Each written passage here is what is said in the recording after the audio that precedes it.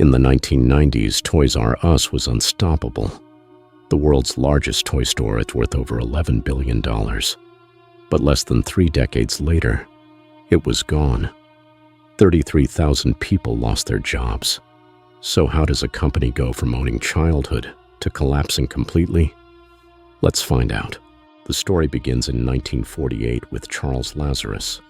He had one problem: cribs. Parents only bought them once. The solution? Toys. Products kids begged for, again and again. By the 1950s, he opened Children's Supermart, a supermarket for toys. Parents had never seen anything like it. By the 1970s, Toys R Us was born, a warehouse of fun, bright aisles, a smiling giraffe, and a business model that looked invincible. But with every empire comes the next problem: scale. By the 1980s, Toys R Us had solved scale with the big box toy store. Other shops had a few shelves.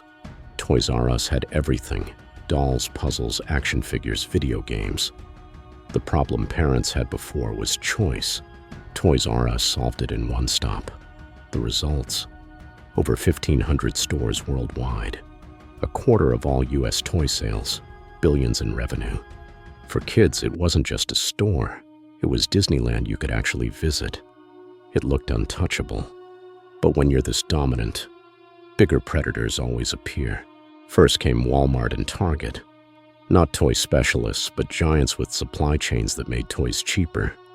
Toys R Us still had brand loyalty, but cracks were forming. Then came the internet, the biggest problem of all. In 2000, Toys R Us thought it had the answer. Partner with Amazon. A 10-year deal, $50 million a year. Toys R Us would be the exclusive toy and baby store on Amazon. For a moment, the future looked secure, but there was a catch. Amazon quietly allowed other sellers to list toys, cheaper options, faster delivery. Parents clicked them instead. Toys R Us felt betrayed. In 2004, they sued Amazon. In 2006, they won. But here's the twist. By winning, they lost everything. Amazon kept the traffic, the customers, the experience. Toys R Us walked away with $51 million and no online business. They had wasted 6 years. While Amazon built the future, Toys R Us was stuck in the past, and a deadlier problem was already waiting. By 2005, sales were slowing. Stores looked tired. Shareholders were restless. The solution? Sell the company. 3 private equity firms swooped in: Bain Capital, KKR, and Vornado. They promised a turnaround, but they didn't use their own money. They buried Toys R Us under $5 billion of debt. On paper, it looked like salvation. In reality, it was a death sentence. Because now Toys R Us wasn't just fighting Walmart or Amazon. It was fighting its own balance sheet. Debt became a noose. Every year, nearly $400 million in interest had to be paid. Money that should have gone to a commerce, to renovations, to lower prices. Instead, it vanished into Wall Street's pockets. The company tried. Websites, new layouts. But with no cash, every attempt was half-baked. The cruel twist: the very firms that promised to save Toys R Us guaranteed its destruction. The rescue deal had become a slow execution. By 2017, the damage was clear. The problem? A toy store with no toys.